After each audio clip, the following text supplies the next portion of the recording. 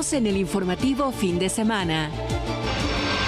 Se confirmó la segunda muerte de hepatitis infantil en México. Arremetieron contra Trump en la Convención Nacional del Rifle. Todo listo para la final de Champions.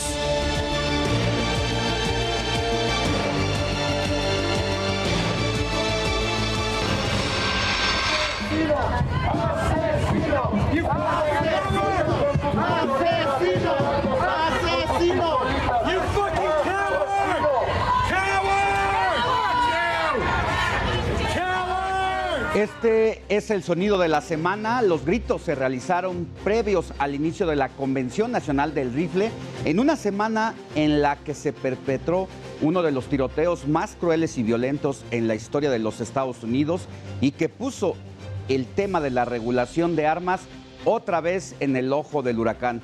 Más adelante le voy a tener todos los detalles de esa historia y de esta convención que se está llevando a cabo en los Estados Unidos, donde prácticamente pues se está promoviendo la vendimia de estas armas. Y bueno, pues aquí muy buenos días. Yo soy Alejandro Sánchez, porque la noticia no descansa. Así seguimos con el informativo de fin de semana.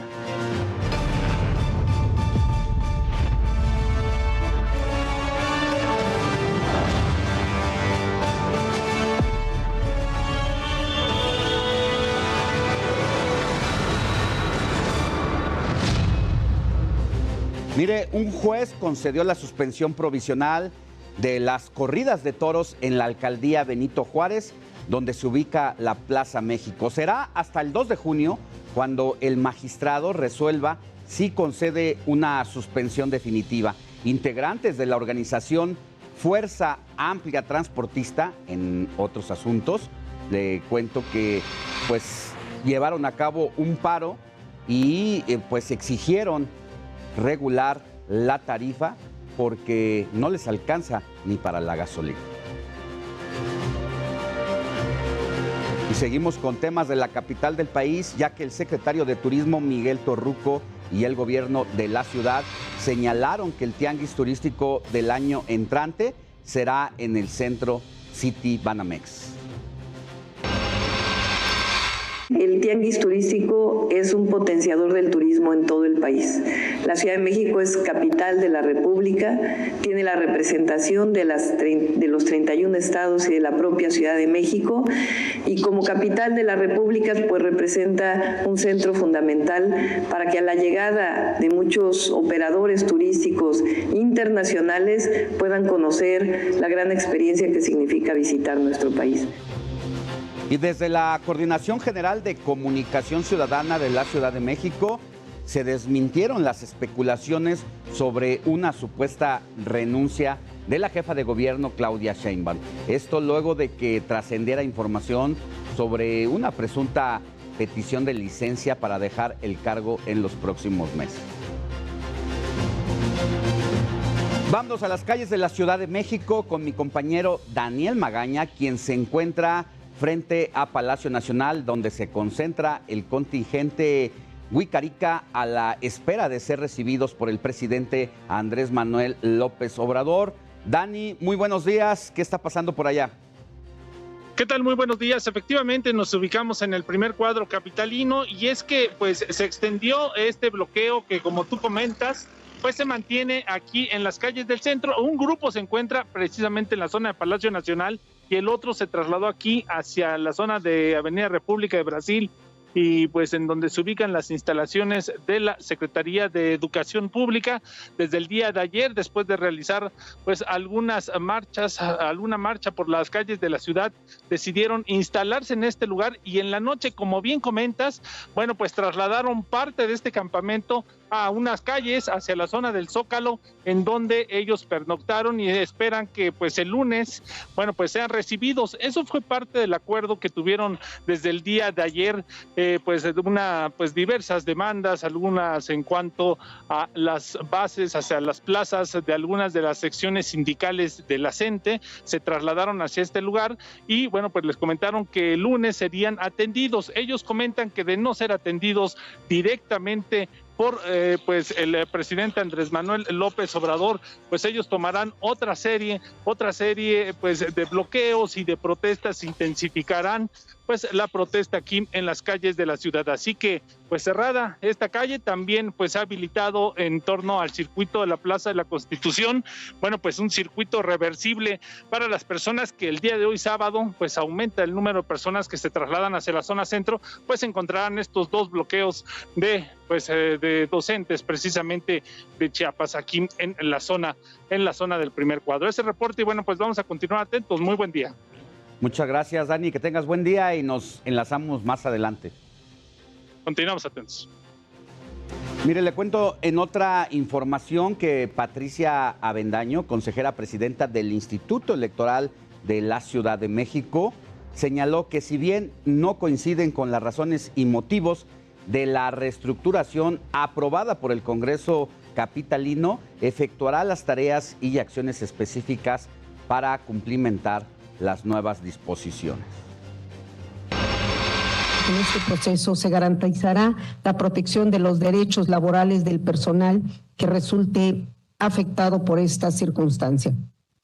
Finalmente, ante la reducción de la estructura organizacional de este instituto, reafirmo que se redoblarán los esfuerzos para continuar con todas y cada una de las atribuciones que en la legislación se ha impuesto a esta autoridad.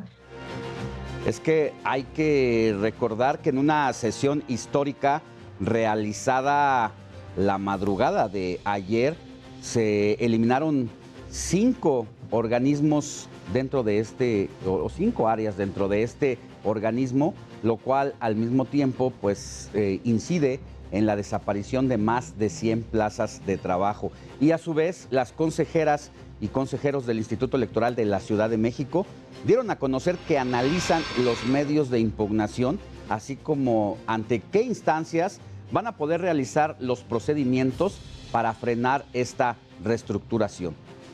Esta declaración se dio luego, ya le decía, de que el Congreso capitalino aprobara la reestructuración al organismo. Alberto Valiente nos tiene la crónica al respecto. Poco antes de la 1 de la tarde de este jueves, inició la sesión ordinaria del Pleno del Congreso de la Ciudad de México. Los legisladores de oposición estaban listos, habían cerrado filas con una sola misión: no dejar que avance la reforma al Instituto Electoral capitalino. En las primeras 3 horas, la oposición intentó frenar lo más que pudo la discusión. Tomaron la tribuna. Todos los legisladores del PAN, PRI y PRD pidieron la palabra para trazar la conversación y hasta intentaron cortar la transmisión. Finalmente, a las 4 de la tarde, los diputados panistas solicitaron, a través de una moción suspensiva, la lectura de un documento de más de 460 cuartillas, lectura que duró cerca de 10 horas. A las 2:10 de la mañana terminó la lectura e inició oficialmente la discusión de la reforma al Instituto Electoral. Atentamente, diputado Ricardo Rubio Torres y diputado Diego Orlando Garrido López. Cumplida su instrucción, diputado presidente. Después de 22 posicionamientos, los grupos de oposición presentaron 1044 reservas que esperaban fueran leídas. Sin embargo, se desechó su petición. A las 8 de la mañana, el Congreso votó de manera general el dictamen que busca reducir al Instituto Electoral de la Ciudad de México. Con 36 votos a favor, 28 en contra y 0 abstenciones, el dictamen fue aprobado en lo general. 36 votos a favor, 28 votos en contra, 0 abstenciones. Gracias, diputada. En consecuencia, se aprueba el dictamen en lo general y los artículos no reservados en lo particular. Ahora la discusión continúa en el Congreso para su aprobación de manera particular con las reservas presentadas, una discusión que la oposición plantea estirar lo más posible. Mientras tanto, las comparecencias de los alcaldes de Tlalpan, Tláhuac, Venustiano Carranza y Xochimilco quedaron pospuestas hasta nuevo aviso. Alberto Valiente, Heraldo Media Group. Y mire, para conversar alrededor de toda esta controversia en el Instituto Electoral de la Ciudad de México, le doy la bienvenida en el estudio a Ernesto Ramos, consejero del Instituto Electoral de la capital del país. Buenos días, Ernesto, ¿cómo le va? Buenos días, Alejandro, muchas gracias por invitarme. Cuéntenos, ¿cómo está viendo el instituto esta decisión? Ha habido una polémica en torno a si realmente se trata de una decisión para hacer ahorros económicos que necesita la ciudad. Esto de acuerdo a el partido que presentó este proyecto, que es Morena, el partido en el poder. ¿O están viendo ustedes un atentado contra el Instituto Electoral? Muy buena pregunta. Yo te diría directamente, desde mi punto de vista, desde la iniciativa no hay elementos que nos puedan ayudar a concluir que se van a ahorrar recursos. Porque no hay un estudio, no hay una planeación, no hay un análisis de la propia estructura del instituto. ¿Qué es lo que vamos a tener que hacer nosotros? En la iniciativa, en la exposición, no en los artículos, se plantea eliminar 5 áreas especializadas del instituto y cortar 105 plazas. A partir de ahí hacen un cálculo que se van a ahorrar 52 millones al año, pero nunca consideran que muchas de esas plazas tienen que seguir haciendo funciones, porque todas las funciones permanecen. Tampoco consideran que hay que liquidar al personal y tampoco toman en cuenta que el instituto tiene un déficit ahora de 199 millones, de los cuales tenemos que pagar, son 150 para pagar las prerrogativas en los últimos 3 meses del año, más tareas de limpieza, seguridad y personal de honorarios. Es decir, es una situación muy complicada. Yo no veo cómo esta reforma va a ayudar al instituto a ser mejor, cómo lo estructura mejor. Nosotros tenemos que ver cómo aterrizarlo en la realidad, y lo que yo siempre he pedido y voy a seguir pidiendo es diálogo con el Congreso, que no solamente escuchen a consejeras y consejeros, sino que escuchen a la ciudadanía, a las organizaciones sociales y a los grupos incluso minoritarios que se ven afectados por la desaparición de estas áreas.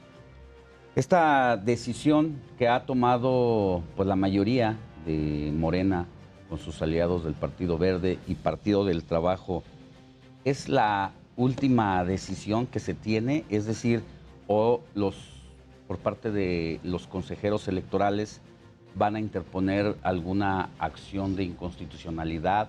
Habrá que analizar jurídicamente muy bien por dónde entrar, porque no es lo mismo una acción que una controversia. Exacto. Y cómo hacerlo, cuál es la ruta correcta. Sí, de hecho, es muy buena pregunta y lo que te voy a contestar es, tenemos que trabajar de manera paralela en 2 cosas. 1, los mecanismos jurisdiccionales que debemos interponer para proteger a la institución, y 2, como no hay efectos suspensivos, tenemos que trabajar en una reestructura integral de la institución. Nosotros sí tenemos que hacer un estudio objetivo y planear cómo podemos hacer una mejor institución con esta nueva reforma, ¿no?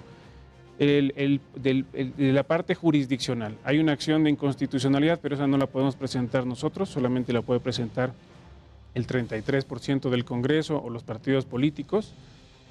Nosotros podríamos presentar una controversia constitucional ante la Suprema Corte si vemos vulnerada nuestra autonomía. Hay una posible violación a la Constitución Política de los Estados Unidos Mexicanos y a la propia Constitución de la Ciudad de México en términos de autonomía.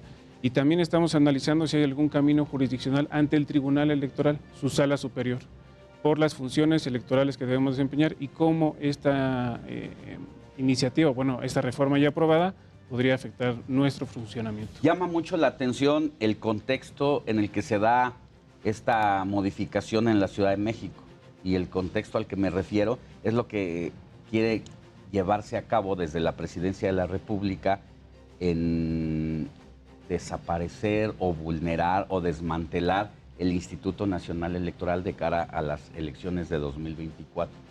Digamos que ustedes sienten que es un ensayo en la Ciudad de México dentro de ese plan a nivel nacional. Pues mira, esto que me comentas lo he escuchado de distintas voces, es algo recurrente. Yo, en serio, deseo que no sea cierto, porque ahora están degradando al Instituto Electoral de la Ciudad de México, pero si esto que tú planteas es cierto, entonces lo que va a ser degradada es nuestra democracia. Nosotros tenemos que protegerla, ¿no? El Instituto Nacional Electoral y los institutos electorales de las entidades federativas somos un sistema nacional de elecciones que trabajamos de manera coordinada. Evidentemente, esta reforma también afecta a ese sistema nacional, no solamente nos afecta a nosotros. Así que yo espero que podamos tomar actividades, iniciativas, incluso partidos políticos y el Congreso de la Unión, pues reflexionen sobre qué es mejor para nuestra democracia. No creo que degradar a las instituciones ayude. Porque uno piensa, si es que realmente de lo que se trata es de apretarse el cinturón y hacer un ahorro, ¿Dónde están las demás instituciones, las secretarías, el propio gobierno de la Ciudad de México? ¿Dónde está ese esfuerzo que hayan hecho de decir vamos a recortar tal presupuesto de tales áreas de la administración pública o de otros organismos? Pero tal parece que pues lo que a veces no se gana en las urnas se quiere ganar de otra manera. Pues mira, algo que me parece curioso es que justamente en este presupuesto de egresos se incrementaron los presupuestos de varias instituciones públicas, incluso las alcaldías, y me parece muy bueno, incrementaron 7% su presupuesto, pero el Instituto Electoral de la Ciudad de México le redujeron 40% el presupuesto. Tuvimos una reducción mayor que ningún otro año en 2022 y te digo, todavía tenemos un déficit para pagar prerrogativas, que es fundamental. ¿De cuánto es el presupuesto actualmente del instituto ya con este recorte? 1.201 millones y tenemos un déficit de 199 millones para el último trimestre del año. Sin contar los cambios que tengamos que hacer a partir de esta reforma y que impliquen liquidación de personal, que tú sabes, de acuerdo a la ley del trabajo, implica una erogación mucho mayor. Claro. ¿Cuándo van a estar analizando ustedes como instituto esta ruta jurídica y si lo van a hacer de la mano con otras instancias, es decir, la oposición en el Congreso de la Unión, en el Congreso de la Ciudad de México, también está viendo esa posibilidad o cada uno lo va a hacer por su lado? No, nosotros como institución tenemos que definir y ya hemos empezado a dialogar, estamos viendo de las distintas alternativas que presentamos como Instituto Electoral de la Ciudad de México. Si partidos políticos o el 33% del Congreso deciden presentar una acción de inconstitucionalidad, es por su cuenta, es por sus términos, el instituto no tiene una intervención ahí. ¿Ustedes esperaban ya este proyecto o les llegó repentinamente? Mira, pasó algo curioso. Este proyecto se presentó en febrero. Nosotros nos enteramos por medios porque no hubo una comunicación y yo esperaba, digamos, si es una reforma electoral, que por cortesía por lo menos consulten a los consejeros y las consejeras del Instituto Electoral, ¿no? Para obtener su opinión, para que vean cómo posiblemente puede afectar las elecciones, ¿no? No tuvimos eso, hasta después varios legisladores, incluso el legislador promovente, pidió licencia durante marzo, abril, y regresaron a finales de abril, en mayo, y ahí empezaron a retomar los trabajos. Y ahí fue donde solicitamos, ya que había subido a la Comisión de Asuntos Políticos, solicitamos una audiencia, presentamos nuestros argumentos, pero la semana siguiente se aprobó. Y luego a la semana siguiente, o sea, el día de ayer, antes de ayer, se sesionó en el Pleno y finalmente se aprobó. Fue algo muy rápido. ¿La audiencia la pidieron con la comisión respectiva? Con la Comisión de Asuntos Políticos. Y sobre todo también con el diputado promovente. Con el diputado promovente, que es Hernández Mirón, y con el diputado presidente de esta comisión, Temístocles Villanueva, y además no solamente le dijimos, permítanos trabajar en nuestros estudios de reestructuración, porque la propia ley nos ordena hacerlos este año, sino además permítanos, más bien, ustedes escuchen a organizaciones ciudadanas, ¿qué tienen que decir sobre esta reforma? Muy bien. Pero no hubo ese diálogo. Pues vamos a estar pendientes porque la decisión que se tome y pues tendrán que elegir la mejor ruta si es que se quiere frenar esta decisión que se ha tomado en las últimas horas, pues sea la correcta para que en caso de que la Suprema Corte considere que le da ingreso, pues veamos cuál va a ser el desenlace, pero de cara a las elecciones creo que es importante que el Instituto Electoral esté fortalecido y no todo lo contrario. Claro, y el próximo año tenemos el proceso electoral 2023-2024 para renovación de jefatura de gobierno. Es muy importante tener un instituto sólido y fuerte. Consejero, muchas gracias por haber estado con nosotros. Gracias a ti, Alejandro. Buen día. Igual. Y mire, ¿tiene usted idea de lo que gastan los mexicanos en la famosa mordida? Verónica Macías nos presenta todos los detalles. Alan pagó 300 pesos para que no se lo llevaran al corralón, destinando el 2.5% de su salario a una mordida. David destinó 250 pesos para agilizar un trámite y obtener un documento más rápido, lo cual equivale al 1.5% de su salario mensual. Ambos pudieron haberse ahorrado este dinero, pero son parte de la estadística que refiere que los mexicanos destinan en promedio 3,000 pesos al año en mordidas para agilizar trámites o evitar el corralón. La verdad sí he utilizado ese método de la mordida, llamada mordida, porque una vez en una calle no logré pagar el parquímetro a tiempo y me pusieron la araña, la famosa araña, y yo por eficientar tiempos o por agilizar trámites, por agilizar tiempos y evitar perder tanto tiempo ahí, pues sí tuve que pagar. Bueno, pagué primero la multa y el retiro, pero sí pagué una mordida para que se agilizara el retiro de la araña de mi auto. De acuerdo con la encuesta nacional sobre calidad e impacto gubernamental 2021 del Instituto Nacional de Estadística y Geografía, el costo total derivado de actos de corrupción por servicios públicos, trámites o pagos ascendió a 9.500 millones de pesos. Los principales rubros para la corrupción son autoridades de seguridad pública con 3.186 millones de pesos, trámites vehiculares con 402 millones de pesos, registro civil con 62 millones de pesos y pago a tenencia con 61 millones de pesos. Han sido como para las licencias, que sí tuve que dar una pequeña mordida para que pues, no me aplicaran el examen y pudiera recibir rápido mi licencia. Y aunque hay quienes tratan de evitar dar la famosa mordida, alguna vez han desembolsado para no formarse y recibir un servicio. La mordida como tal no he dado, en un sentido que se fomenta mucho la cultura de la no corrupción, ser un buen ciudadano desde donde te corresponde, pero lo que sí he hecho, que pudiera ser mordida, es que alguna vez para sacar una ficha en una clínica en la Ciudad de México, hay personas que te venden los turnos. Eso sí he pagado. En México apenas el 6% de los trabajadores tienen un sueldo mayor a los 15,000 pesos según el INEGI, y si otorgan 3,000 pesos anuales para el pago de mordidas, estarían destinando el 2% del total de su salario. La mayor parte de los mexicanos recibe un salario promedio de 7,380 pesos al mes, lo que equivaldría a destinar casi el 4% de su ingreso a la corrupción. Los estados más afectados en el pago de mordidas fueron Yucatán, Oaxaca, Michoacán, Guerrero, Hidalgo, Ciudad de México y el Estado de México. El gasto más fuerte para los hogares en México es para alimentos, bebidas y tabaco. Los hogares con los ingresos más bajos destinan el 50% de sus ingresos a comida, mientras que los ingresos más altos destinan solo el 28.5% de este rubro, de acuerdo con datos del INEGI. Verónica Macías, Heraldo Media Group. Vámonos a temas de seguridad. Mire, en Nuevo León se informó que el cuerpo de Devani Escobar será exhumado para un nuevo peritaje con la finalidad de homologar la causa de su muerte, ya que la Fiscalía Estatal indicó que la joven falleció al caer a una cisterna, mientras que el que mandó a hacer la familia reveló que no, que ella sufrió violencia y abuso sexual. Hasta ahora no se ha fijado una fecha para la exhumación.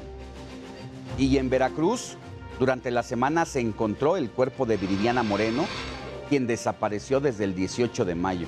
Según las autoridades, el cadáver se localizó en un predio de la localidad de Chachalacas, el último sitio donde fue vista la joven, pues todavía ahí con vida. Sin embargo, este hecho indignó a la población, ya que Cuitláhuac García, gobernador de Veracruz, había dicho que la joven estaba resguardada. Yo la atendí. No está desaparecida, está resguardada. ¿Ya fue localizada entonces? Es que es un asunto que no se puede decir en público. Y bueno, luego de que se supo que no estaba resguardada, que estaba muerta, el gobernador se retractó de esos dichos y de esa imprudencia. De esta manera dijo que no había dicho lo que escuchamos todos. Mire. Omito hacer más comentarios porque no sé cuál es el interés de un par de medios por ahí de tergiversar, de hacer malinterpretaciones, cuando lo que debe prevalecer es el respeto. Un irresponsable, por decirlo de una manera amable. Vamos a una pausa y volvemos con más información. Al regresar de los anuncios, se confirmó la segunda muerte por hepatitis infantil en México. Te diremos en dónde fue.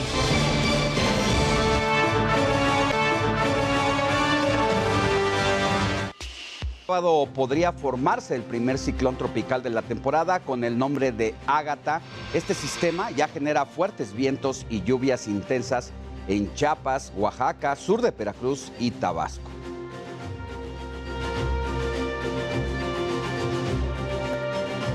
Y vamos con la información más destacada ocurrida en los estados.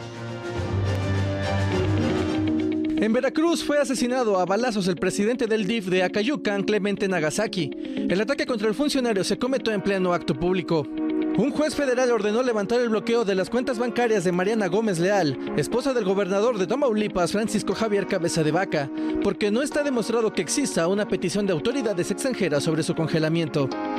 En lo que va de la presente administración, los homicidios se han reducido paulatinamente en Sonora, indicó la Secretaría de la Defensa Nacional. Sin embargo, la dependencia señaló que los delitos de extorsión, robo en transporte y trata de personas se han incrementado. En trata de personas tiene el 18 lugar a nivel nacional.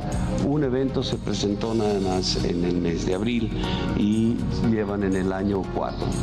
Su tendencia aquí se indica hacia la alza, pero los números son sumamente reducidos en comparación con otros estados. El gobernador de Nuevo León, Samuel García, vetó la reforma a la ley del patrimonio cultural que declaraba la tauromaquia y las peleas de gallos como patrimonio cultural, tras recibir un grupo de defensores de animales y realizaron encuestas sobre este tema. El gobierno municipal de Gómez Palacio, Durango, analiza aplicar la ley seca para el desarrollo de las elecciones del próximo domingo 5 de junio, donde se elegirá gobernador. 6 personas resultaron lesionadas en el municipio de Acolman, en el Estado de México, luego de que un globo aerostático realizara un aterrizaje forzoso. De acuerdo con los reportes, el piloto de la aeronave aterrizó intempestivamente en un terreno baldío. Entre los lesionados había un turista peruano y otro estadounidense.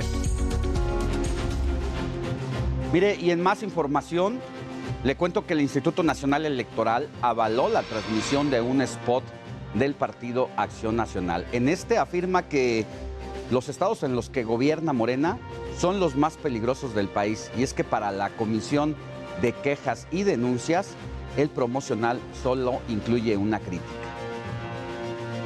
El presidente López Obrador mantuvo en suspenso su asistencia a la Cumbre de las Américas e insistió que espera una respuesta por parte de los Estados Unidos sobre su planteamiento de no excluir a ningún país, ya que buscan la integración.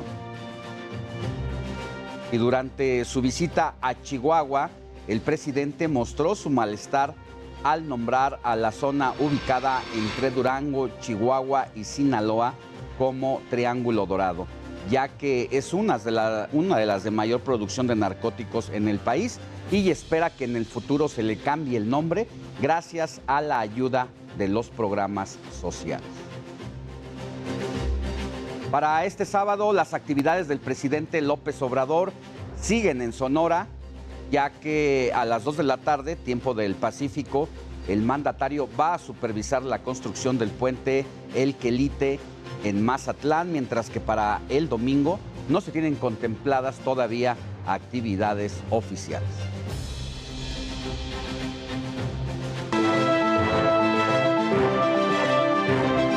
Equilibrio saludable. Vámonos a temas de salud, y es que la Comisión Europea trabaja con los Estados miembros y con fabricantes para realizar compras conjuntas de vacunas y tratamientos contra la viruela de mono. Y nos trasladamos a América Latina, ya que Argentina confirmó su primer caso positivo de viruela de mono, el primero en la región. Se trata de un hombre de 40 años que visitó España entre abril y mayo. El caso era sospechoso desde hace una semana y en este país se analiza un posible segundo caso ya. Mientras tanto, Las alertas sanitarias pusieron sobre aviso a hospitales y clínicas de todos los niveles de atención para que identifiquen casos sospechosos de viruela de mono. La Secretaría de Salud emitió la alerta epidemiológica, pese a que no se ha detectado algún caso en el país. Y dejamos la viruela de mono y nos adentramos a los asuntos de la hepatitis aguda infantil, debido a que los servicios de salud en Nayarit ya anunciaron el fallecimiento de un menor de 6 años, catalogado como el primer caso en la entidad. La dependencia va a continuar investigando para ofrecer el diagnóstico final. Y vamos con información del coronavirus. Es que en diversas plazas del país ya se están registrando ligeros incrementos en los contagios, como es el caso de Durango y Guerrero, mientras que continúa la jornada de vacunación en adolescentes en la capital y otros estados. Cambiamos de información. Cerca de 1,000 maestros denunciaron la pérdida de sus empleos luego de que la Secretaría de Educación Pública estableciera que solo recontratara a los docentes que no excedan 12 horas de trabajo. Esta es la historia. Drusila, Diana, Fernando y Jonathan eran asesores de prepa en línea. Comenzaron a dar clases en 2014 y 2021 en Morelos, la Ciudad de México y Guerrero. Sin embargo, el 7 de marzo ya no les permitieron acceder a sus cuentas institucionales, pero tampoco les informaron si la relación laboral había terminado. No obtuve ninguna paga como por fin a mi trabajo, ningún finiquito, ninguna constancia laboral, ninguna carta. No obtuve nada que certificara que yo laboré con prepa en línea C, ni ninguna compensación económica por haber ellos finalizado el trabajo conmigo. De la noche a la mañana, aseguran, se quedaron sin empleo al menos 1,000 asesores de diferentes estados de la República. ¿La razón? Al finalizar las contrataciones de outsourcing, en febrero de este año, la Secretaría de Educación Pública anunció que los asesores que desearan una plaza tendrían que cumplir con distintos requisitos, como la compatibilidad de horarios. Es decir, que en caso de contar con 2 empleos o más, tendrían que comprobar que no interfiere en el horario de prepa en línea. Pese a que algunos aseguran que solo tenían un empleo, también fueron inhabilitados. Yo no trabajo para otra escuela pública. A veces tengo contratos igualmente temporales de un mes, no más, para la UNAM y para el Bachillerato a Distancia de Toluca, pero no más. No tengo otro trabajo estatal como era la normativa. Y yo nunca tuve el problema de compatibilidad que se nos acusó, entonces no entiendo por qué fue mi despido. El pasado 7 de marzo iniciaron las clases en este sistema. Después de un mes sin empleo, Drusila, Diana, Fernando y Jonathan, junto a otros 37 asesores, se ampararon. El expediente 1151-2022, emitido en el Juzgado Noveno de Distrito de Materia del Trabajo de la Ciudad de México, demanda mejores condiciones laborales bajo una norma de compatibilidad de empleos, pues algunos denuncian precariedad laboral y la necesidad de tener más de 2 trabajos. Para complementar mis ingresos, porque obviamente en mi otro empleo tengo medio tiempo y con este complemento. La Secretaría de Educación Pública rechazó las acusaciones. En entrevista con el Heraldo Televisión explicó que desde 2019 a la fecha no realizó ningún despido, pues los contratos se realizaron de manera temporal y por honorarios. Cada uno tenía vigencia de un mes, es decir, la duración de un módulo, y no estaban contratados directamente por la dependencia. ¿Cuál despido si antes no trabajaban para la SEP, ¿no? En 2022 nosotros iniciamos a contratar de manera directa. Evidentemente no podemos estar haciendo esas rotaciones que antes se hacían. ¿Por qué? Pues porque el presupuesto ya va mucho más dirigido a una persona que se contrata, que es un especialista y que tiende a ser de más largo plazo. La SEP confirmó que al menos 1,000 asesores se han visto afectados y asegura que es por problemas de compatibilidad. Sin embargo, precisó que 938 recibieron un formulario formato para regularizar su estado. Solo 162 lo entregaron a tiempo y 93 tenían datos erróneos. Al final, solo aceptaron a 3 y de los 43 asesores que se ampararon, solo 12 tenían contrato activo. Es nuestra obligación verificar y no contratar a una persona que tenga un juicio civil, mercantil, laboral o de cualquier otra índole en contra del gobierno federal. Este año, la SEP destinó 470 millones de pesos para prepa en línea, es decir, 162 millones de pesos más que el 2021. Actualmente, 2.210 asesores atienden a 200,000 alumnos. Sin embargo, algunos ganan solo 11,000 pesos al mes. Jessica Moguel, Heraldo Televisión. Vamos con Melissa Moreno, quien nos tiene todos los detalles de la agenda cultural.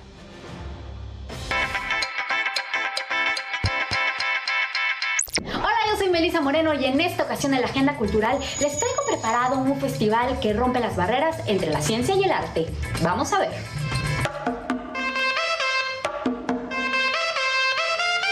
Una modernidad hecha a mano, diseño artesanal en México, propone bajo la curaduría de Ana Elena Mayet revisar la noción de diseño artesanal producida y teorizada en México desde la década de 1950 hasta la actualidad, para trazar una genealogía de autores, diseñadores y artesanos que apostaron por generar una cultura material mestiza como imaginario de un nuevo modo de vida.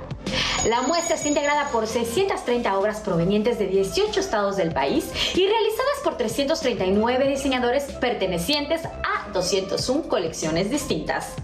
La muestra se presenta en el Museo Universitario Arte Contemporáneo hasta este 13 de noviembre.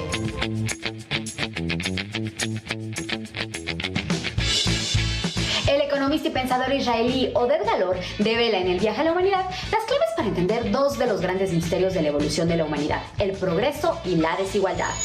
Al rastrear nuestra trayectoria y sustraer las influencias más evidentes, Galor llega a la explicación última de las causas de nuestro desequilibrio y nos descubre el papel esencial que han tenido la diversidad genética y la riqueza geográfica en nuestro desarrollo, que sigue perpetuándose hoy en día. Este libro hace que nos replanteemos la comprensión de nuestra historia para encarar el futuro con una mirada esperanzadora que debe pasar por la educación, la tolerancia y una mayor igualdad de género. El viaje de la humanidad de Oded Galor es editado por Destino.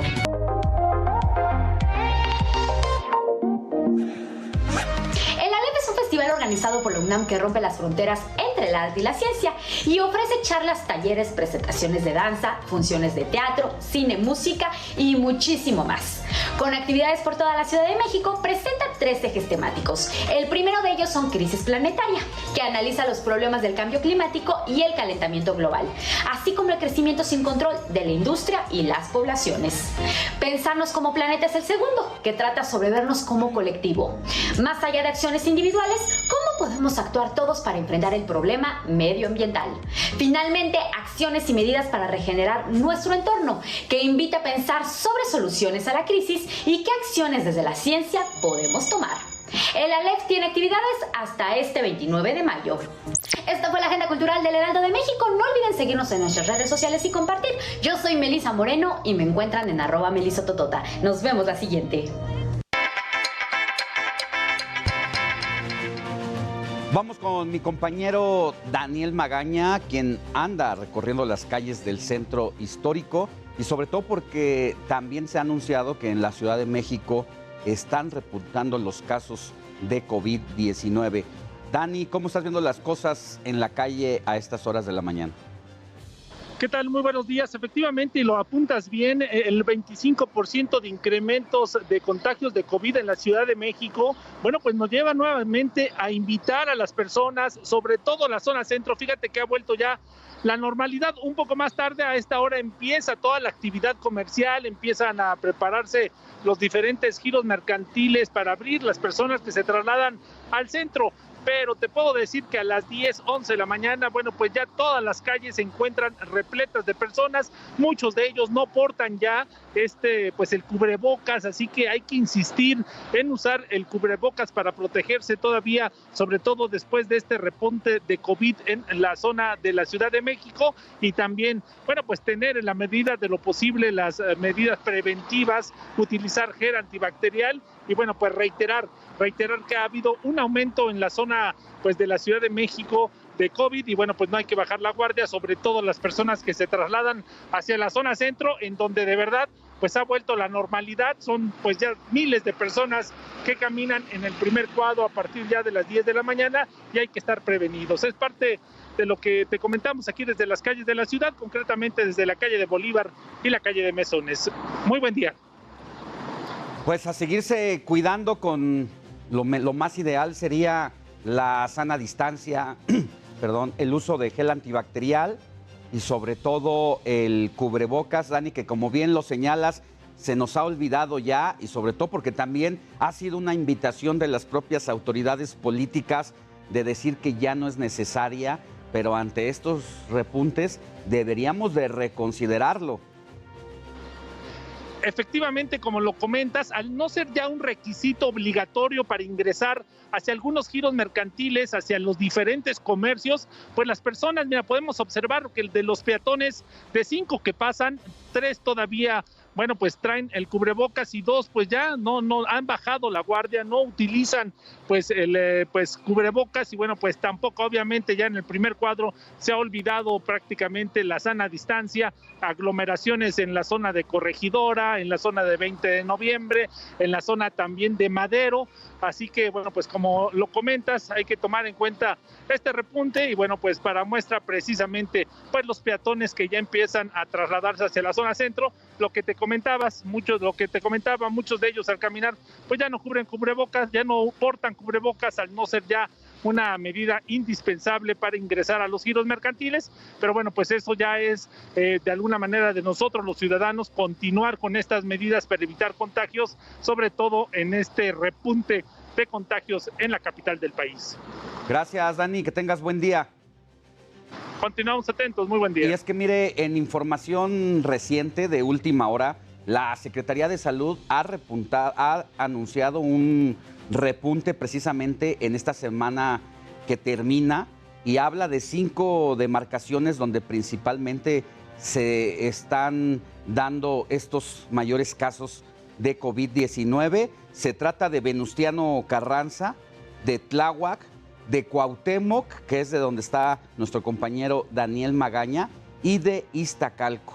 Así que ponga mucha atención con lo que está ocurriendo y por favor, es un llamado que hacen las autoridades sanitarias de recuperar el hábito de usar el cubrebocas, así estemos en lugares abiertos, no importa, úselo, y lavado de manos constantes, porque también ya se nos está olvidando, llegamos, usamos el elevador, tocamos los coches, el taxi o el Uber o el Didi, y precisamente no nos estamos lavando las manos. Eso es lo que también están señalando las autoridades. Hay que regresar a esos hábitos básicos para evitar una nueva ola, un nuevo repunte de casos.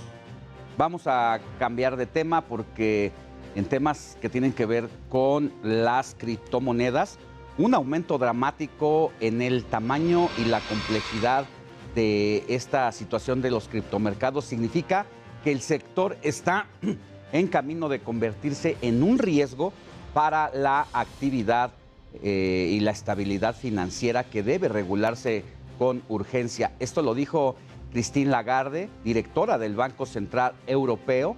Según la opinión de Lagarde, las criptomonedas no valen nada. Y mire, de acuerdo a las ofertas de trabajo, aquí le tenemos esta sección que se llama Hay Chamba, porque la Guardia Nacional ofrece trabajo con sueldo de hasta 49,000 pesos. Si le interesa participar en esta convocatoria, aquí le damos todos los requisitos.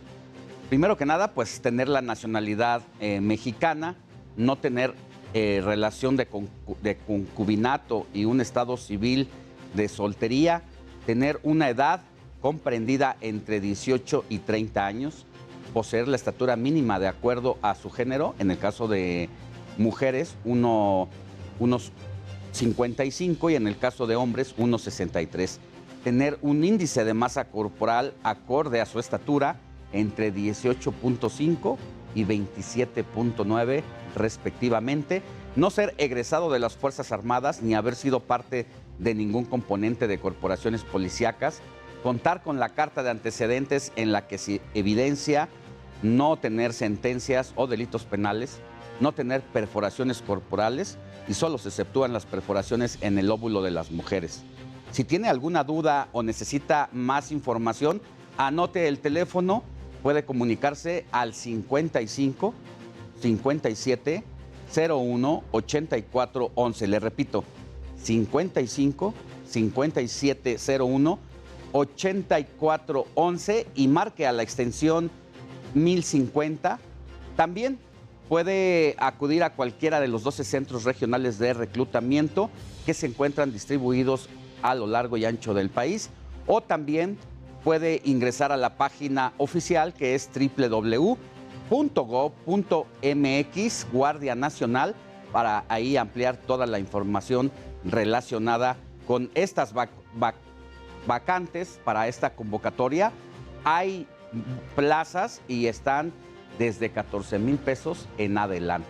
Así que, como todos los sábados, bueno, pues ahora vamos a cambiar de tema porque nuestro compañero Gonzalo Lira nos presenta toda la agenda de los espectáculos. Buen día, Gonzalo. Muy buenos días, Alex. Muy buenos días a toda la gente también que nos ve aquí en las noticias del fin de semana. Yo soy Gonzalo Lira, es sábado, es temprano, vayan armando su agenda. Estas son mis recomendaciones para el fin de semana. What's the difference? Y vamos a empezar mandándoles aquí a la Cineteca Nacional. ¿Por qué? Porque todos los fines de semana se está llevando a cabo el ciclo Clásicos en Pantalla Grande y el director en foco esta vez es Martin Scorsese. Así que si quieren ver a uno de los cineastas más importantes estadounidenses de nuestros tiempos, de la época contemporánea, no se pueden perder la programación que la Cineteca tiene preparada. Hay películas no solo en Blu-ray, sino también originales en 35 milímetros. Así que dense una vuelta y vean los Clásicos en Pantalla Grande de Scorsese aquí en la Cineteca Nacional.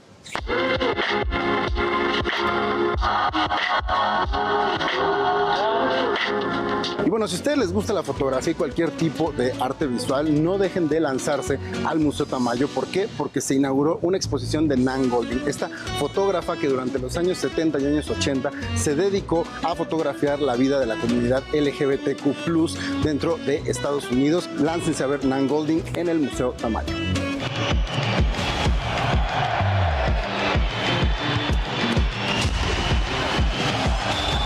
Oigan, y activar el cuerpo nunca había sido tan divertido como con Nintendo, ya que Nintendo Switch está estrenando el juego Switch Sports. ¿De qué se trata? Muy sencillo, a través de la captura y el reconocimiento de los movimientos corporales. En esta consola van a poder jugar diferentes deportes, diferentes actividades en competencia con gente que está en el mismo lugar o también a través de su plataforma en línea. Busquen Switch Sports porque es una forma de divertirse, activar el cuerpo y mantener su salud en un estado lo más óptimo posible.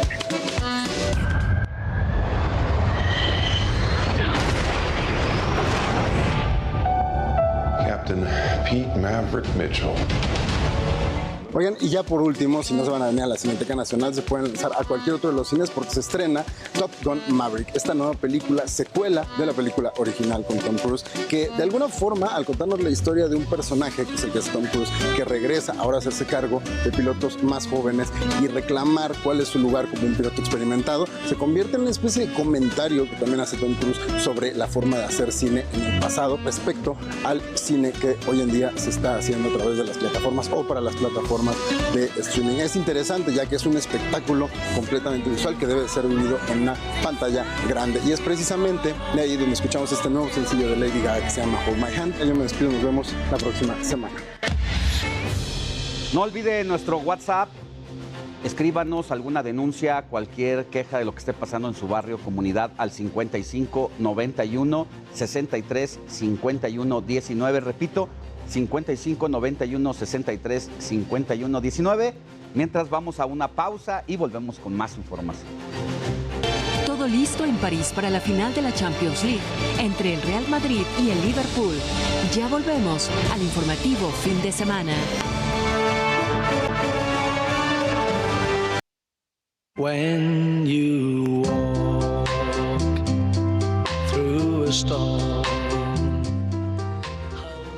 A las 9 de la mañana se va a realizar la clasificación del Gran Premio de Mónaco de la Fórmula 1. Vamos con lo más sobresaliente en el mundo de los deportes. Arrancamos con la descarga de adrenalina, porque este sábado en punto de las 2 de la tarde se juega uno de los partidos más esperados del año, la gran final de la Champions League, donde el Real Madrid busca ser el rey de Europa cuando enfrente al Liverpool de Mohamed Salah y compañía, un partido con sabor a revancha. Pues recordemos que el conjunto merengue le arrebató el título a los Reds en 2018, así que ya lo saben, prepare la botana y disfrute de este partido.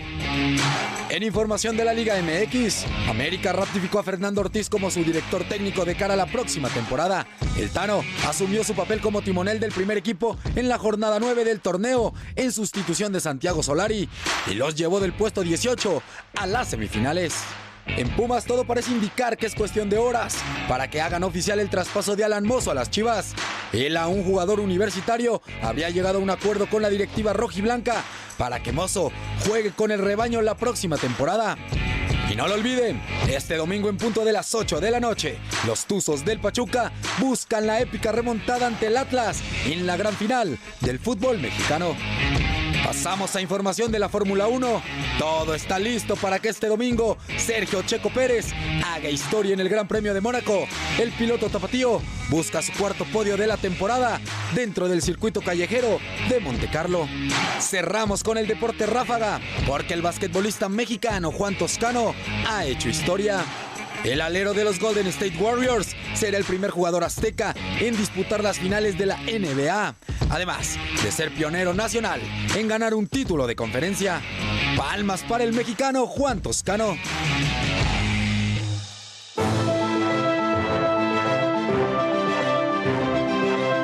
Hábitat. Mire, la semana pasada llamó poderosamente la atención el caso de un tráiler que iba rumbo a los Estados Unidos y se volcó, pero al volcarse esta unidad, lo que quedó al descubierto, la verdad, horrorizó y nos dejó muchas incógnitas. 4 toneladas de cadáveres de perros y gatos. El presidente de la República, Andrés Manuel López Obrador, hasta habló de este tema en su conferencia mañanera y dijo que se iba a hacer una investigación a fondo sobre lo que estaba ocurriendo en ese caso, porque las declaraciones tanto del chofer como de las autoridades, pues la verdad es que no convencían de para qué se necesitaban el traslado de cadáveres a los Estados Unidos. Bueno, pues resulta que pues esta empresa que cobró relevancia luego de que se accidentó el tráiler hace unos días, pues resulta que desapareció, dejó de existir de la noche a la mañana, pero esta es la historia. El 17 de mayo en la carretera Ciudad Victoria Matamoros, un autobús que no llevaba pasajeros chocó contra un tractocamión con un remolque que transportaba 4 toneladas de restos de perros, gatos y de ganado. Tras el impacto, los órganos de los animales quedaron esparcidos. El chofer del tractocamión, Armando Serrano, declaró a la Guardia Nacional que salió de la empresa Aquanimals en la comunidad del Carmen, municipio del Marqués, en Querétaro, hacia Brownsville, Texas, a la compañía Ronalab, que distribuye los restos a laboratorios de universidades en Estados Unidos para ser usados con fines educativos.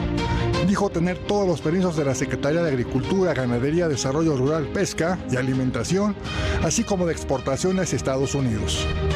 Aquanimals, socia de responsabilidad limitada de capital variable, solo se describe como un negocio en la cría, venta y distribución de productos acuícolas, ranas o peces, con 8 años de experiencia.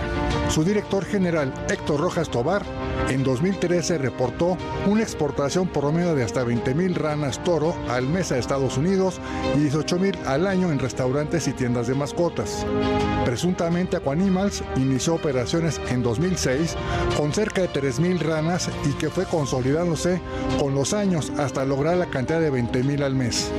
Dicha empresa cuenta con una página de Facebook y una plataforma web, mismas que ya no se encuentran en operaciones, donde se definía como mexicana comercializadora de especies acuáticas, pero ninguna mención de animales como perros o gatos. Entre su catálogo destacan renacuajos, rana toro y leopardo, toneladas de anca de rana para su consumo y transferencia de invernaderos o estanques para cría y comercialización de anfibios, sobre los cuales informa que pueden ser empleados para disección en clases universitarias o de secundaria. En Querétaro, de un día para otro, dejó de operar la empresa Aquanimals. Heraldo Media Group, Luis Pérez Coutar.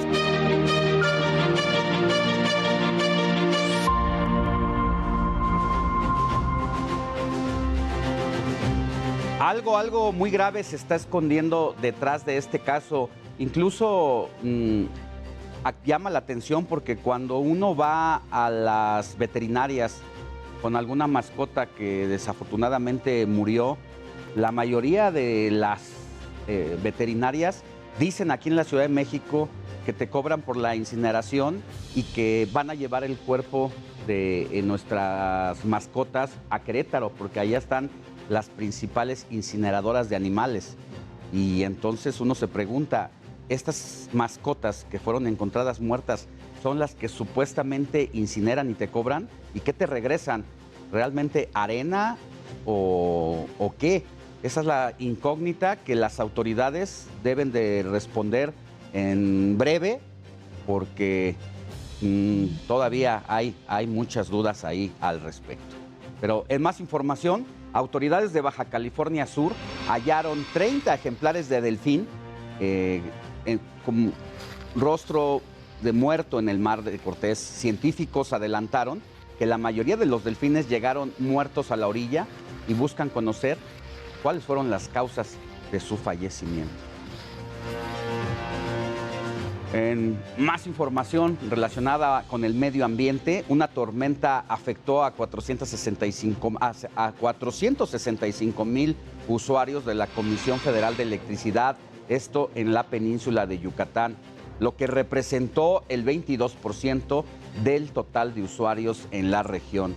La comisión informó que ya se restableció el 97% de los servicios en los estados de Campeche, Quintana Roo y Yucatán.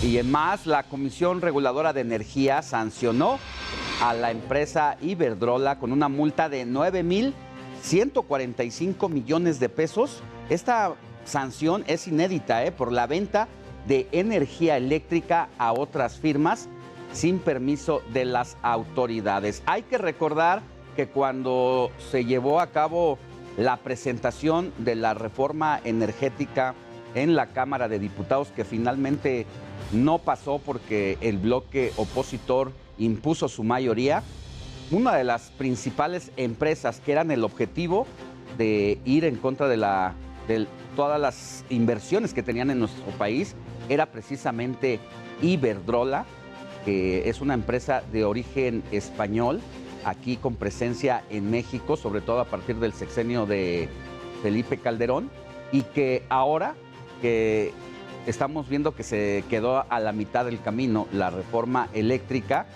pues ya parece que también está siendo sancionada de otra manera con una multa que no se había registrado anteriormente. Y mire, este viernes, en otros asuntos, se realizó la Convención Nacional del Rifle en Estados Unidos. Esto a pesar de que se habían condenado por los recientes tiroteos en ese país. Hubo muchos grupos de defensa de los derechos humanos que se oponían a que se llevara a cabo después de conocer pues todos los atentados que han pasado en los últimos meses. Se insistió en que se cambiaran las leyes federales sobre armas de fuego o restringir más el acceso a ellas y no hubo respuesta. Y el invitado estrella en ese lugar a la convención de rifles fue Donald Trump. El expresidente de Estados Unidos rechazó el control de armas. En lugar de eso, propuso armar a los maestros y que cada escuela tenga guardias armados y detectores de metales también. Pidió más atención en salud mental de los jóvenes. Veamos cuáles son los países con más propietarios de armas de fuego por cada 100 habitantes. Son Estados Unidos con 120.5, Yemen con 60, Montenegro con 40 y Serbia también con 40. Es la barra de mayor portación de armas de fuego por cada 100 habitantes. Es decir, más de 100 personas tienen armas en los Estados Unidos, 120 personas por cada 100 habitantes. Es decir, hay familias o personas que tienen más de una arma. Acá en Yemen, 60 y Montenegro, 40, así como Serbia. Esta situación pues, nos pone en evidencia que no solamente Estados Unidos es el principal proveedor de armas en el mundo y donde México también se acerca al nivel de Serbia, pero en Estados Unidos tienen el mayor número de armas, más de una arma por cada persona. Y mientras tanto, el número de tiroteos masivos en Estados Unidos ha ido en incremento en este país. Durante 2019 se registraron 417. En 2020 fueron 611 tiroteos y en 2021 692. En lo que va de este año, de 2022, van 213 tiroteos. Y mientras tanto, las muertes de niños en tiroteos son en 2020 fueron 4.368. Es decir, que de las mayores defunciones que hay en los Estados Unidos, gran parte son menores de edad, más que por accidentes de carro o que incluso por enfermedades están relacionados por el impacto directo de las armas de fuego. Así la situación tan complicada en los Estados Unidos. Y mire, pues estos fueron los tiroteos más icónicos en la historia de los Estados Unidos. En lo que va de este 2022 se han registrado al menos 212 tiroteos masivos en Estados Unidos, según el archivo de la violencia armada de ese país. El martes ocurrió un episodio de una serie aparentemente interminable de crímenes similares en la Unión Americana. Este fue una escuela primaria de Uvalde, Texas, en la que 21 personas murieron, entre ellas 18 niños y 2 profesoras. El agresor, de 18 años de edad, lo abatió la policía. Desde 1966 ha habido 13 tiroteos en escuelas de todo Estados Unidos, en los que han muerto 146 personas, entre ellos niños y adultos. Las masacres en los planteles escolares, centros comerciales, oficinas, en la calle, han sido la constante en la cotidianidad en la Unión Americana. En un mensaje a los Estados Unidos, el presidente Joe Biden, visiblemente afectado, preguntó cuándo su país se plantará ante el lobby de armas. Como nación, nos tenemos que preguntar cuándo en el nombre de Dios vamos a enfrentarnos a los grupos de presión a favor de las armas. ¿Cuándo en el nombre de Dios vamos a hacer lo que en el fondo sabemos que hay que hacer? La segunda enmienda a la Constitución de los Estados Unidos, propuesta el 25 de septiembre de 1789 y aprobada el 15 de diciembre de 1791, protege el derecho del pueblo estadounidense a poseer y portar armas. En Estados Unidos no hay tantas trabas para adquirir y portar armas de fuego de alto poder que para comprar una botella de licor. De acuerdo al archivo de la violencia armada, la mayoría de los agresores de escuelas en Estados Unidos tienen una conexión con el plantel que atacan, en donde 12 de los 14 tiradores de su base de datos antes del último ataque en Texas eran alumnos o exalumnos. Heraldo Media Group, Luis Pérez Couto. Y precisamente nos enlazamos con Juan Guevara de Now Media Group para conversar sobre la polémica Convención Nacional de Rifle en los Estados Unidos, allá que se está llevando a cabo en Texas. Y querido Juan, tú te encuentras precisamente por aquellos lugares, una situación muy complicada la que está viviendo Estados Unidos en esta materia. Esta semana fue catastrófica, fue terrible, y aún así la Convención Nacional de Rifle se ha llevado a cabo. Buenos días.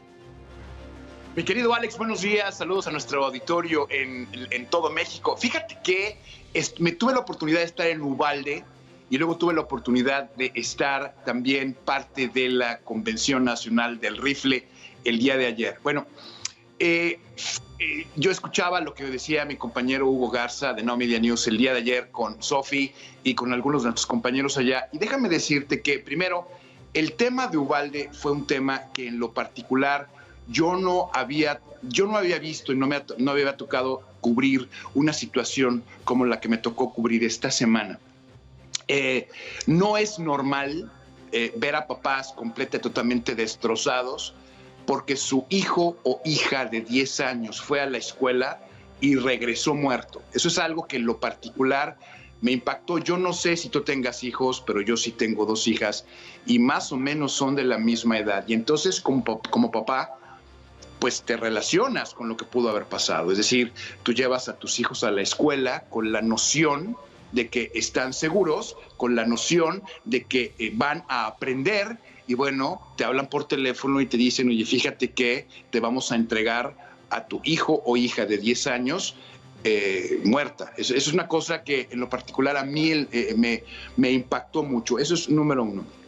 Número 2, el cinismo de Donald Trump, el cinismo del gobernador de Texas en tratar de culpar el hecho de que esta situación era derivada por un muchacho, Salvador Ramos, que tenía problemas mentales, en lugar de que es un problema endémico. Yo escuchaba con mucha atención las estadísticas y es cierto, en Texas la mayoría de los tejanos tienen de 1 a 2 armas mínimo por persona. Texas es uno de los estados en donde a veces el promedio es de 3 a 4 y no son pistolas 22 ni rifles de diablos, realmente son armas de alto poder, inclusive armas que en lo particular en México se estarían reservadas para el uso exclusivo del ejército. Entonces, ¿qué fue lo que vimos el día de ayer? Bueno, en primer lugar, el senador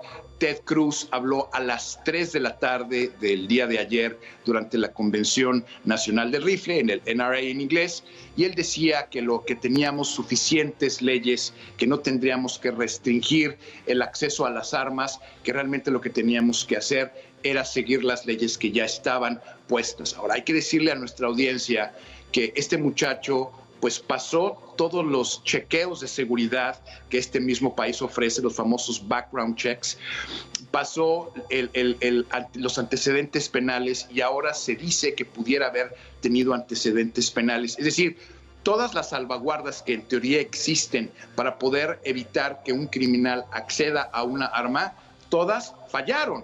Ese es en primer lugar. En segundo lugar, el presidente o el expresidente Donald Trump decía que, bueno, que el tema es no tiene que ver el control de armas prácticamente con lo que sucedió el día de ayer, tiene que ver lo mismo con un asunto mental, que lo que tenemos que hacer es seguir con la segunda enmienda. La segunda enmienda de la Constitución para nuestra audiencia en México significa que el ciudadano americano, o de hecho cualquier persona que reside en los Estados Unidos, tiene el derecho de portar un arma para defender a su país. Esto es algo que viene desde lejos en la Constitución. Las leyes han cambiado, es decir, lo que escuchábamos muchos manifestantes que nos decían el día de ayer de viva voz es el hecho de portar un arma no significa portar una AK-47, no portar un arma semiautomática.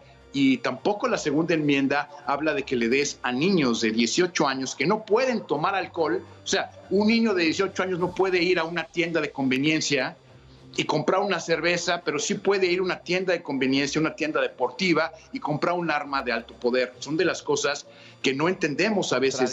Sí, estas contradicciones políticas que solamente se le da interpretación de acuerdo a los intereses, pues a veces personales, pero sobre todo también de grupos políticos, Juan, porque uno pensaría que ante la situación y los graves números que hemos presentado, no solamente de portación de arma por cada persona, que ya veíamos que cada persona llega a tener más de una arma en los Estados Unidos, sino las ejecuciones de los menores, pues uno pensaría que habría que bajar y hacer una disposición legal de impedirlo.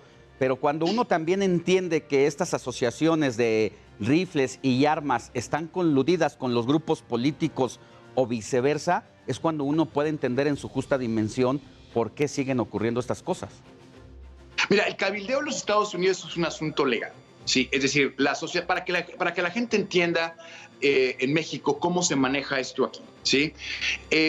La Asociación Nacional del Rifle es un brazo político, un brazo de cabildeo, que su objetivo principal es la promoción y la venta de armas. Para eso existe el NRA.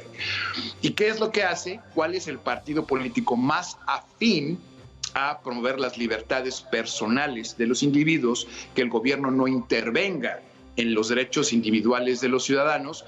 Pues es el Partido Republicano. Entonces, ¿qué hace el NRA? Inyecta miles de millones de dólares cada año a las campañas de Ted Cruz, a las campañas de Donald Trump, a las campañas de Greg Abbott, quien se está en este momento tratando de reelegir por el estado de Texas. Entonces, pues nadie se pelea con su dinero, mi querido Alex. Aquí es un organismo político y el tratar de modificar las leyes a través de cabildeos es un asunto legal en los Estados Unidos. Por eso existen grupos especializados de promoción, de cabildeo, etcétera, para poder influenciar al gobierno, para poder influenciar en este caso a los senadores y a los congresistas, a adaptar las leyes a ciertos grupos que les interesa que estas leyes existan. Esto es un asunto legal. Así funciona en los Estados Unidos, ¿sí?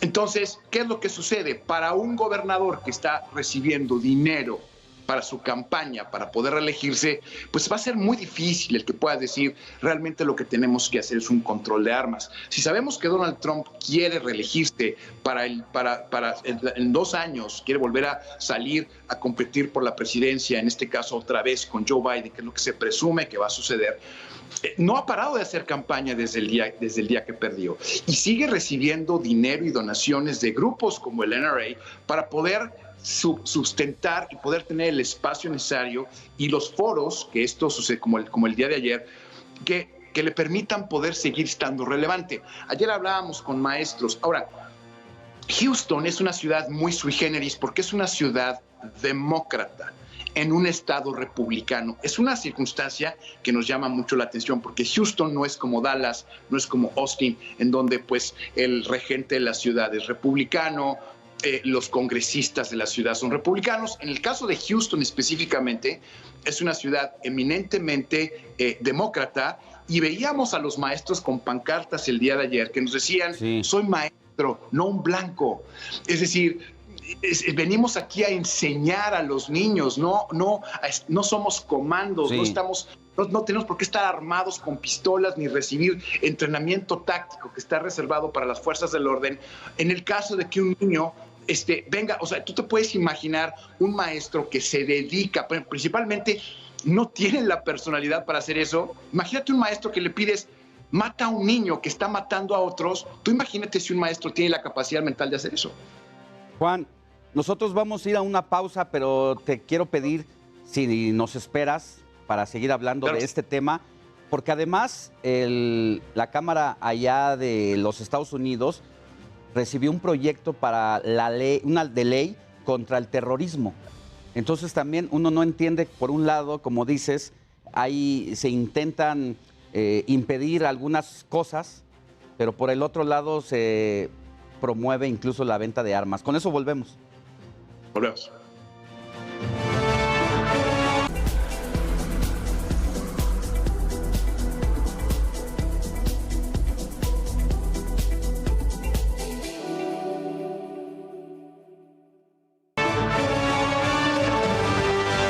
Ya estamos de regreso en el informativo fin de semana. Nos quedamos en charla con Juan Guevara. Él es periodista allá en Houston y quien tuvo la oportunidad de estar este fin de semana. Todavía sigue, Juan, esta convención nacional de rifle, y comentábamos un poco las contradicciones de las leyes estadounidenses y de esta enmienda en la que se avalan los principales grupos políticos que gobiernan allá en la Unión Americana sobre la excusa para poder portar armas. El miércoles leo aquí que la Cámara Baja de los Estados Unidos aprobó un proyecto de ley para incrementar la lucha contra el terrorismo interno, tan solo días después de que ocurriera esta masacre de que ya nos narrabas, tanto allá en Búfalo como luego en la escuela primaria, en el que murieron personas. Entonces, por un lado, hay leyes rigurosas contra el terrorismo, pero se siguen vendiendo las armas como salchichas en supermercado. ¿Ante qué nos estamos encontrando? Mira, ojalá se vendieran como salchichas en supermercado, porque las salchichas, a menos que te caigan mal, no te hacen daño. Aquí el tema, hay tres factores que son importantes mencionarle, porque insisto que para nosotros, los mexicanos que ya vivimos aquí y los mexicanos que nos ven en México, esto no hace sentido, ¿sí? Nosotros vemos este tipo de matanzas en grupos delictivos en México, pero no lo vemos como lo estamos viendo aquí. Hay tres cosas que hemos visto desde el 9/11. A mí me tocó vivir el 9/11 de cerca. Yo estuve en las Torres Gemelas, me tocó vivir qué sucedió ahí en el 9/11. Bien, desde el 9/11 hay una cosa en Estados Unidos que se llama el Patriot Act. ¿Esto qué significa? Significa que el gobierno tiene la capacidad, bajo el gobierno de George Bush, hijo, de monitorear tus comunicaciones, de monitorear tus redes sociales, de monitorear tu correo electrónico, de monitorear cualquier cosa para poder evitar lo que tú acabas de mencionar, que se llama los actos de terrorismo. Los actos de terrorismo se dividen en dos: actos de terrorismo foráneo terrorismo fuera del país, y lo que se llama el terrorismo doméstico.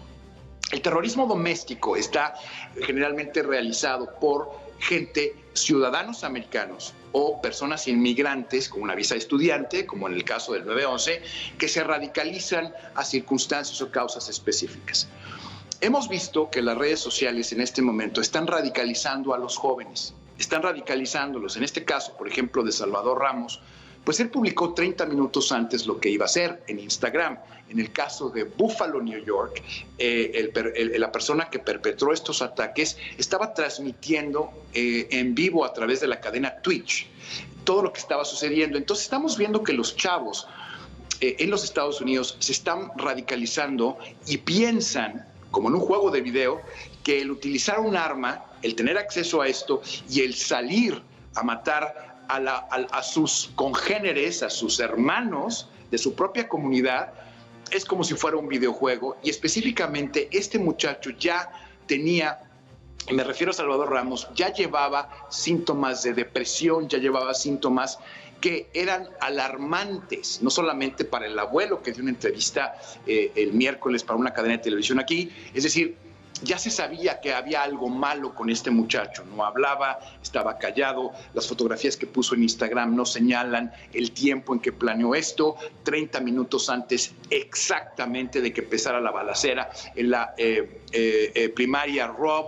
Salen las fotografías en Instagram. Instagram inmediatamente lo reporta a las fuerzas del orden. Se sabe ahora que la reacción de las fuerzas del orden en Rob fue insuficiente, fue lenta. Se tardaron 45 minutos en poder someter a este muchacho que estaba trincherado en un aula. Entonces, lo que estamos viendo es que tenemos una disparidad de discursos. Tenemos a los demócratas que pugnan por el control de armas, y tenemos a los republicanos que van en contra de todo lo que dicen los demócratas. Ni siquiera es si hace sentido, es que si los demócratas dicen el cielo es azul, el republicano va a decir el cielo es rojo.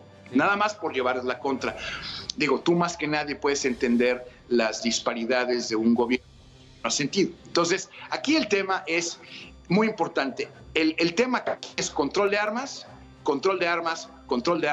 sin agredir a la segunda enmienda, pero tiene que asegurarse que el control de armas sea importante para evitar este tipo de circunstancias en el futuro.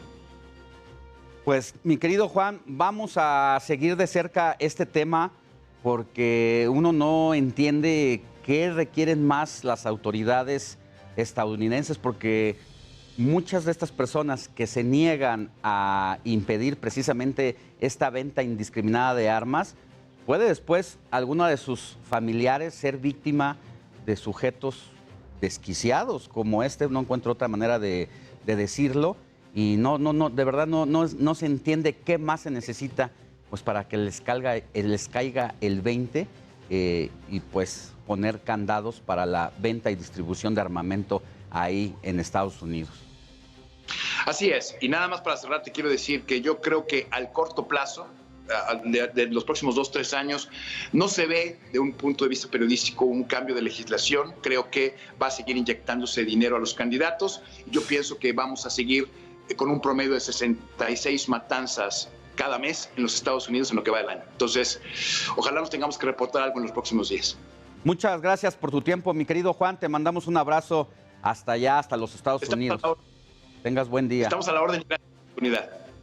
Y mire, precisamente esta venta indiscriminada de armas en Estados Unidos, pues también nos impacta en México, porque el tráfico de armamento de manera ilegal para bandas del crimen organizado, pues ha alertado ya desde hace años a nuestro país. Y por eso el secretario de Relaciones Exteriores, Marcelo Ebrard, enfatizó que México va a continuar con la demanda contra empresas de armas en los Estados Unidos que presentó la Cancillería ante una corte federal estadounidense en Boston, Massachusetts, donde acusa a los productores y distribuidores de armas de ser un comercio negligente e ilícito del armamento que es traficado a nuestro país y llega, como le decía, a manos de los grupos criminales.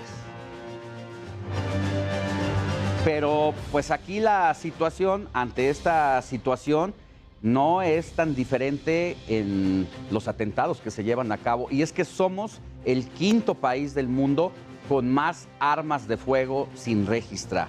El gobierno calcula que cada año se trafica más de 500,000 de armas de fuego desde los Estados Unidos a nuestro país.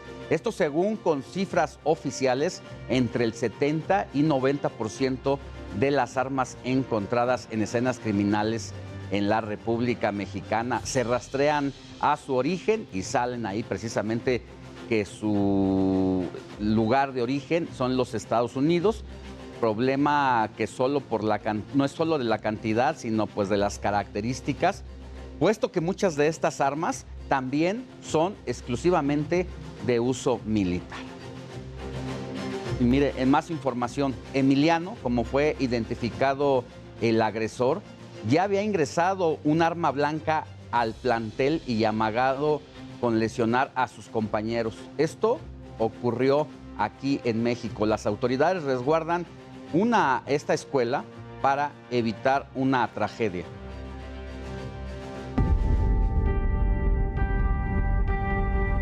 En la Ciudad de México se encendió la alerta y el miedo de que se repita una masacre como la de Texas. Un alumno de la secundaria diurna 88, Nabor Carrillo Fuentes, alertó a sus compañeros de que dispararía en contra de aquel que se le cruzara en el camino.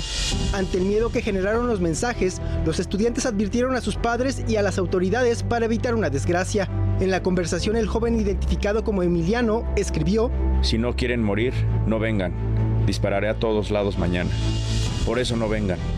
Avísale a tus amigos. Es en serio. Mi padrastro tiene una pistola. Mañana no vengan ustedes. Ya estoy harto de todos. Después me mataré a mí". Los padres alertaron a las autoridades, ya que previamente el joven de 13 años compartió varias fotos en sus redes sociales donde muestra y porta una pistola. Incluso ya había ingresado a la escuela con una navaja y amagado con lesionar a los demás. Ante esta situación, la Secretaría de Seguridad Ciudadana implementó el operativo Mochila Segura y desplegó un operativo para apoyar a las familias, estudiantes y personal educativo. Pues nosotros por seguridad escolar es implementar el sendero seguro, estar apoyando aquí a la comunidad al exterior Y dentro del plantel vamos a trabajar con sesiones informativas, que es muy importante que los alumnos estén informados de que existe un reglamento, de que existen leyes, y de todo eso le vamos a estar hablando a los alumnos.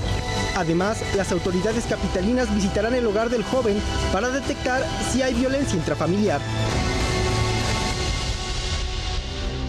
Pues sí, en México también se cuecen habas. Hay que recordar que la Secretaría de Educación Pública ha dispuesto de programas específicos, porque no es la primera vez que ocurre. Ahorita, por lo que está pasando en los Estados Unidos, es que han vuelto a salir casos específicos como este, y estos programas incluso se han llamado Mochila Segura, donde los alumnos, cuando van a entrar a la escuela, se les va revisando a uno por uno qué es lo que traen. Y cuando han ocurrido este tipo de operativos, por llamarlo de esa forma, han salido desde armas de fuego hasta navajas o cuchillos en las mochilas de los alumnos. La verdad es que la responsabilidad no debería ser de las autoridades dedicarse a alumno por alumno a hacer la revisión, sino de los propios padres. ¿Qué le estamos enseñando a nuestros hijos? Y no los estamos supervisando, porque que un niño lleve un arma en la mochila es porque la verdad hay un descuido familiar y tenemos que empezar por ahí, desde casa. Pero bueno, vamos a cambiar de información. Cada vez es más común que personas mayores o que tienen un segundo hogar pongan a rentar propiedades y esto se convierta en una fuente de ingreso extra. A pesar de que es una de las actividades de inversión menos riesgosa y común, siempre hay que estar prevenidos, y para ampliar esta información, saludo con mucho gusto a Elsa García, directora de capacitación y expansión de legal de Global Consulting, que nos tiene todos los detalles. Mi querida Elsa, muy buenos días, gusto saludarte. Alex, ¿cómo estás? Muy buenos días. Siempre es un gusto saludarte y poderles contar de poder llevar a cabo buenas experiencias de negocios, que nuestras inversiones puedan estar seguras y tengan un extraordinario retorno de inversión con un riesgo muy pequeño. ¿Cómo aplica esto de las rentas para todos los estados? ¿Cómo hacer un buen negocio y que no tener una mala experiencia? A veces rentas y hay mucha gente que dice, bueno, yo prefiero no rentar a cualquier persona porque me sale contraproducente. Efectivamente, Alex, y podemos decirle a toda nuestra audiencia que rentar una propiedad siempre ha sido uno de los negocios que más nos llama la atención. El poder decir, yo quiero vivir de mis rentas, estar feliz desde mi casa o en otro lado y que yo pueda tener un ingreso como si tuviera un salario. Y esto lo podemos hacer siempre apalancándonos de los inmuebles que sin duda alguna nos van a dar ingresos seguros. Pero para que esto pueda ser una buena experiencia, sí tenemos que identificar que dentro de la naturaleza del mismo negocio existen riesgos, como en cualquier negocio e incluso en lo que podamos imaginar en el mundo de los negocios, cualquiera que fuera su variante. Sin embargo, dentro de los bienes inmuebles, a través del arrendamiento, que antes era muy de palabra, en algunos estados de la República era solamente por confianza o conocidos, incluso hoy en nuestra ciudad lo seguimos viendo como una práctica común, pero los negocios no pueden ser de palabra o de choque de manos. Por eso en Legal Global Consulting, cuando usted renta una propiedad, le vamos a dar una asesoría muy amplia para que no solamente el que usted pueda tener un buen inquilino con las mejores características de idoneidad. Hoy no solamente tiene que ver con encontrar un inquilino a través de esta gran masividad que tenemos en los medios electrónicos, sino también la posibilidad de encontrar al inquilino idóneo, que tenga 4 características indispensables. Si usted está rentando un inmueble, ponga mucha atención. Claro, que tenga capacidad de pago, es importante, que tenga muy buenos antecedentes legales, que ya no tengamos arrastrando antecedentes legales que puedan ser ese foco rojo, que nos pueda dar una directriz de que ya hay un mal comportamiento por demandas de arrendamiento, por algunas situaciones que puedan ser un perfil no exactamente el idóneo, que tengamos toda la documentación para poderlo comprobar. Eso es algo verdaderamente importante y un muy buen entorno. Con estos 4 puntos, pudiéramos pensar que estamos trabajando con un perfil idóneo.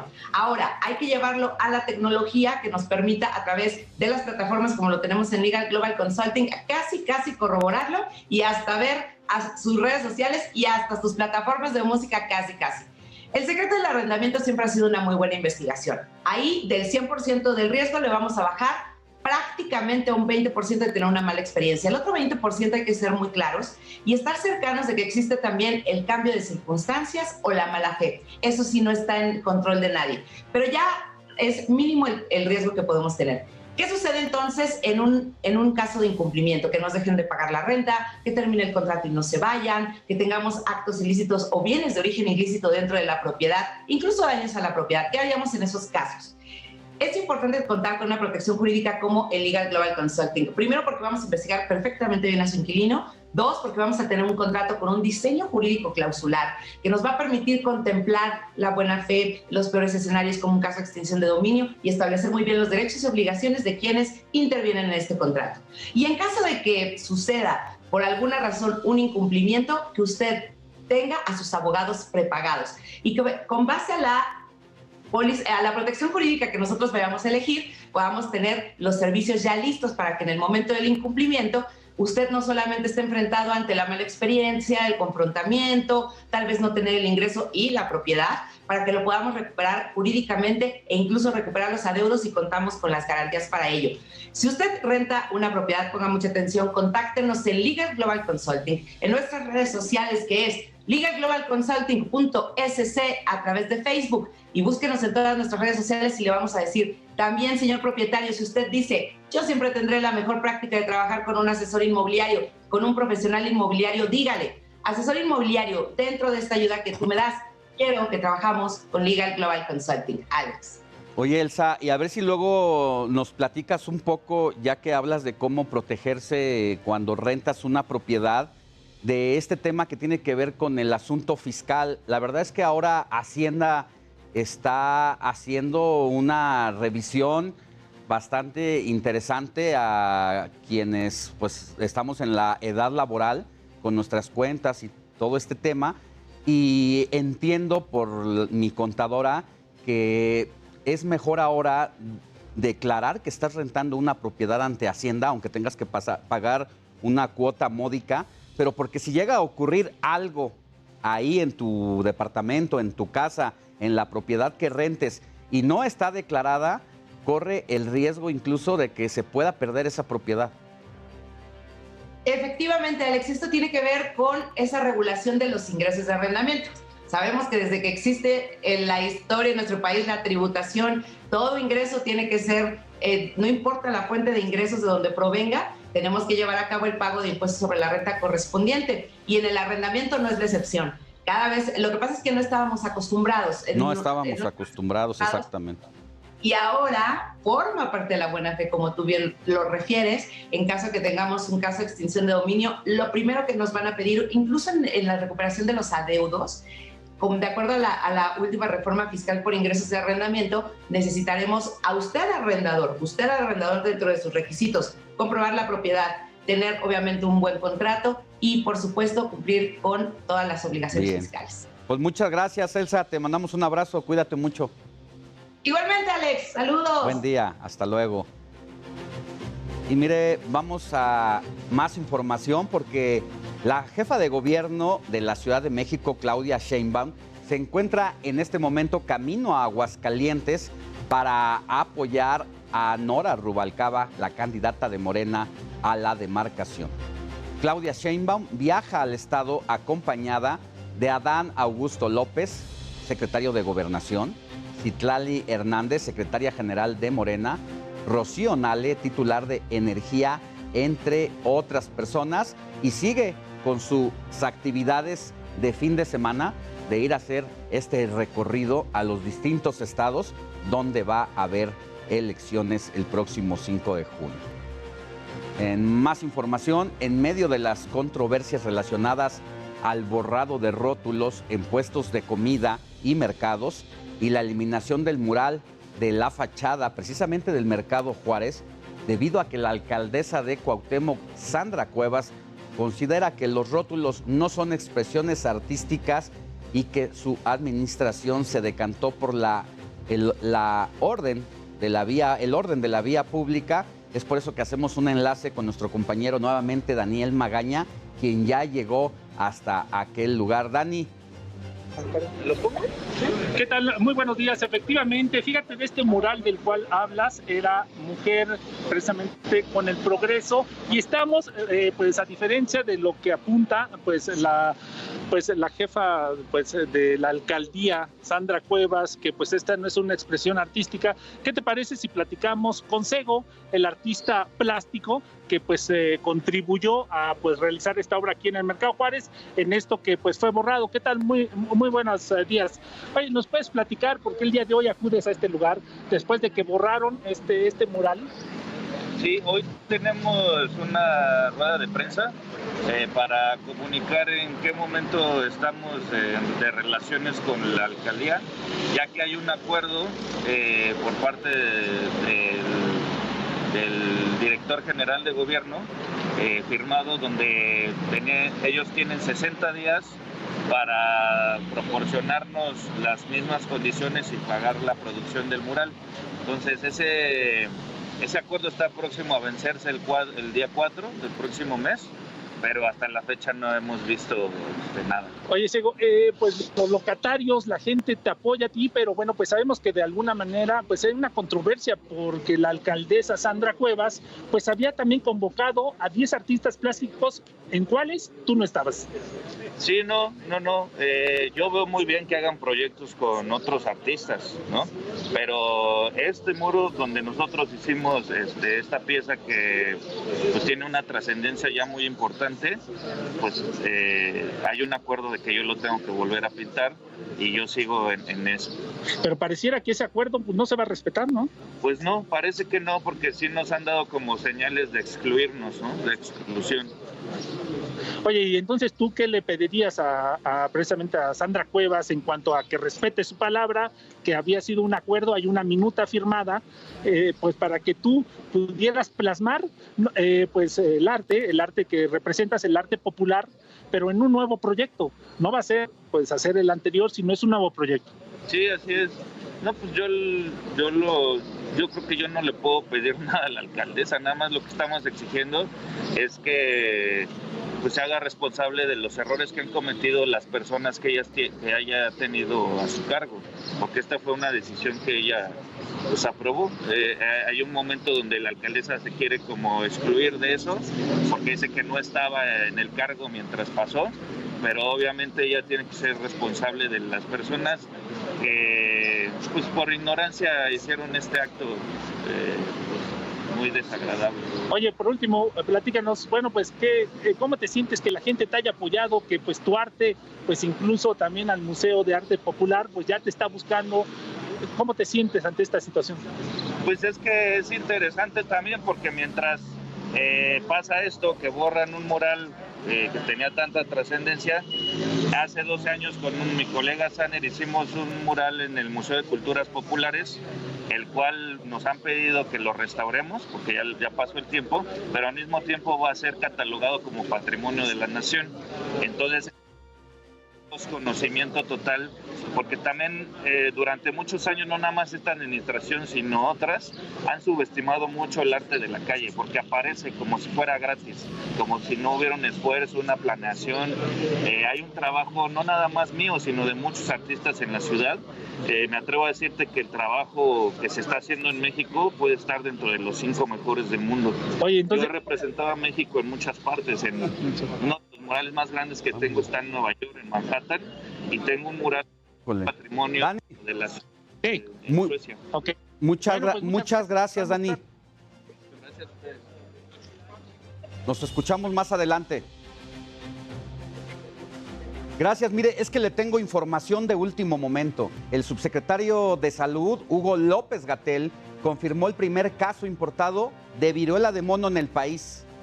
Se trata de un hombre de 50 años, residente permanente de la ciudad de Nueva York, quien probablemente se contagió en Holanda. López-Gatell indicó que esta persona se está atendiendo en la Ciudad de México y se encuentra estable.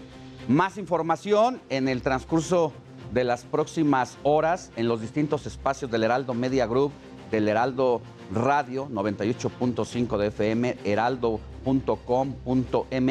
y yo le espero mañana con mucha información como esta, la actualidad de qué pasó con este hombre, quién es. Hasta mañana. Éxito.